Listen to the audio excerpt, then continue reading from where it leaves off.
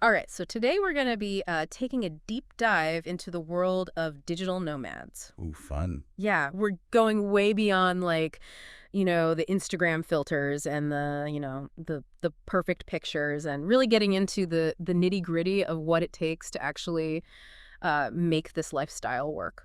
Yeah, dig in. Our source material for today's deep dive is an article called A Day in the Life of a Digital Nomad. Okay, And I have to say some of the details are pretty eye-opening, so let's jump right in. let's do it. The article starts off with this idyllic scene, right? Waking up in Bali, Okay. going for a jog on the beach, God's life. sipping a coconut latte at a cute little cafe. That Yeah. sounds amazing, right? Totally. But then it gets real about the discipline and the structure that you actually need to make this whole thing work. Yeah, it's easy to get caught up in the wanderlust for sure. Totally. But the reality of it is that working remotely while traveling involves a lot more than just a laptop and a beach view. Yeah, for sure. You need to have those systems in place. Yeah. And this digital nomad in the article, talks about the importance of self-discipline. Yeah. But it goes even deeper than that. Yeah. They actually use specific techniques to stay focused. Right. Like the Pomodoro method. Have you heard of that one? Yeah, yeah. So you're working, these intense bursts with short breaks in between. Right. So it's not just about willpower. It's about having those systems in place to maximize productivity. That makes a lot of sense. I mean, I can imagine the temptation would be just to soak up the atmosphere all day long. Yeah, But deadlines don't disappear just because you're in paradise, right? exactly. Deadlines follow you wherever you go. So walk us through a typical work day for this digital nomad. What kinds of tasks are they actually juggling? Okay, so picture this, right? Okay. They're working on SEO for a startup in London, and then they're writing an article for a client in New York. Wow. And all of this is before lunch. That's crazy. It really highlights the global reach of their work. Yeah. And the serious time management skills that you need to make it work. I mean, that's a lot to handle across different time zones. Oh, yeah. I'd be lost without a super detailed schedule. You and me, both. Right. And it's not just about scheduling. Right. It's about communication. How are you actually communicating with those clients? Right. The article emphasizes the importance of managing those expectations, especially with clients from different cultures. Yeah, that's huge. For example, understanding, cultural nuances, Right. different communication styles, Mhm. being mindful of holidays or different working hours. Mm-hmm. These little things can make or break those client relationships. Yeah, it's like a crash course in international business etiquette on top of everything else you have to do. Totally. I love that the article also dives into the social side of things. Yeah. Being a digital nomad, they talk about having lunch at a co-working space, Right. meeting people from all walks of life. Yeah. That sounds like a great way to network, Yeah. combat that potential loneliness of working remotely. Totally. But at the same time, it's kind of a double-edged sword. Oh, how so? Some Y- people absolutely thrive in that Mhm. constantly shifting social scene. Yeah, But for others, it could be a little bit overwhelming. right. You're always kind of adapting Yeah, to exactly. a new environment. Places. It takes, a certain level of social flexibility and a genuine interest in actually connecting with others. You got to be comfortable putting yourself out there, that's for sure. For sure. But I can see how those interactions could lead to incredible collaborations and friendships. Oh, totally. Think about it. Bouncing ideas off a designer from Argentina, Right. brainstorming with the developer from Japan. Yeah. It's really the beauty of this lifestyle, So it's not just about the location, it's about the community you're building Exactly. along the way. Yeah, That said, though, the article doesn't shy away from the downsides either. right. Unreliable Wi-Fi, time zone headaches, and just those moments where you kind of feel isolated. Yeah. It's a good reality check, I think, Totally. for anyone who's maybe romanticizing this lifestyle. Yeah. I think that honesty is really important because this is not a vacation. Right, It's about building, a sustainable work-life balance right, outside of the traditional office setting. right. And that comes with its own set of unique challenges. For sure. One of the challenges I thought was really interesting that they mentioned was the technical side of things, especially when you're in a foreign country. Oh, yeah.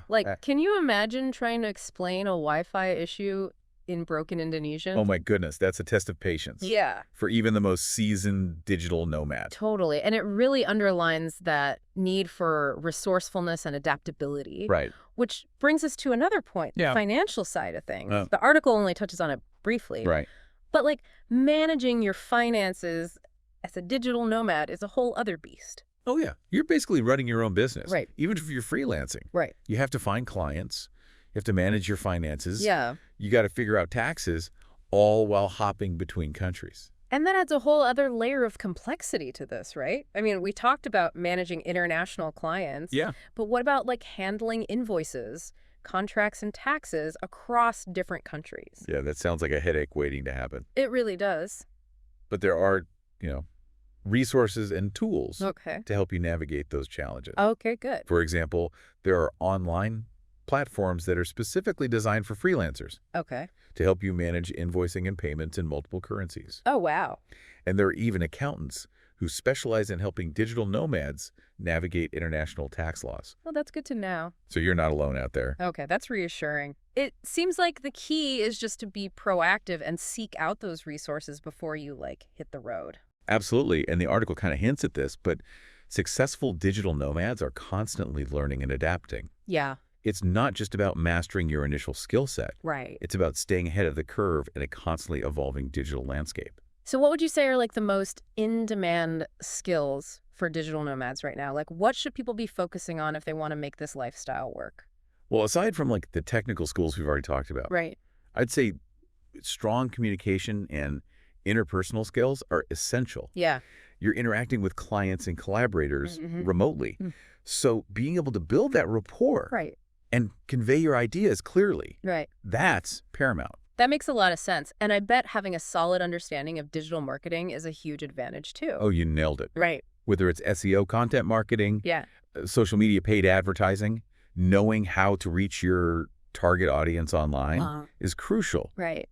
And being adaptable is equally important because the digital world changes so rapidly. Yeah. You need to be willing to learn new skills and platforms as they emerge. It sounds like a lot to juggle, but also incredibly stimulating. It is. You're constantly expanding your skill set Yeah. and adapting to new challenges. Yeah. It's almost like the world becomes your classroom.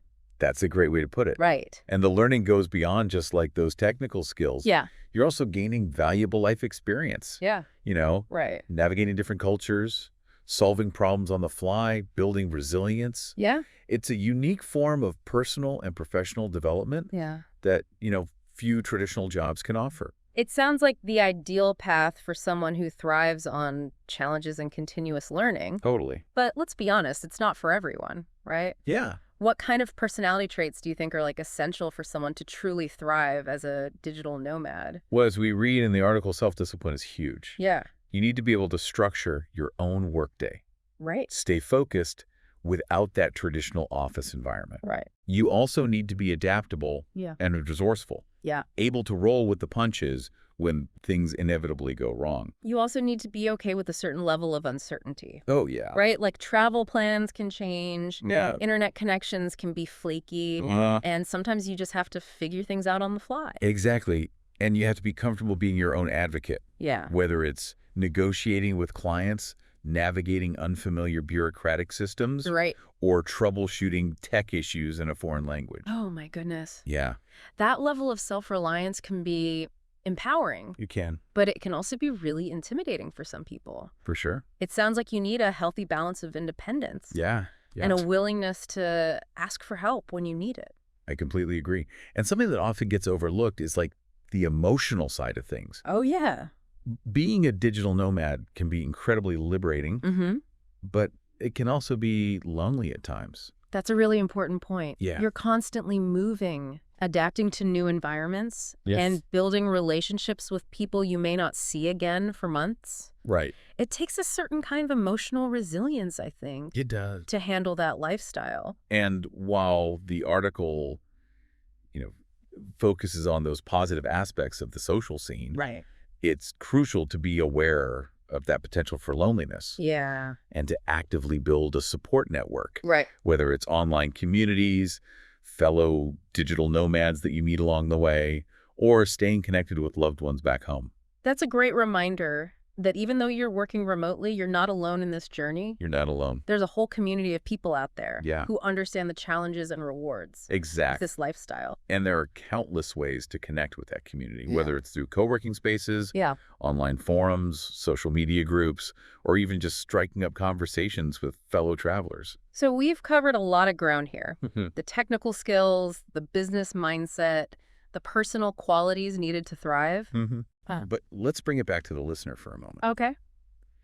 What do you think, dear listener, are you starting to get a clearer picture of what it takes to be a digital nomad? Yeah. What aspects are resonating with you? Right. What's making you a little bit hesitant? Yeah, take a moment to kind of reflect on your own work style, Yeah. your personality, and Yeah. your comfort level with uncertainty. Exactly. Would the freedom and the flexibility outweigh those challenges? And thinking about those challenges, let's shift gears and talk about how to overcome them. Okay. I'm particularly curious about how digital nomads handle like the financial side of things. Yeah, let's get into that. We were just talking about some of those financial challenges being a digital nomad. Right. It's one thing to budget for like travel expenses, but Mhm. how do you actually make sure you're bringing in a consistent income Right.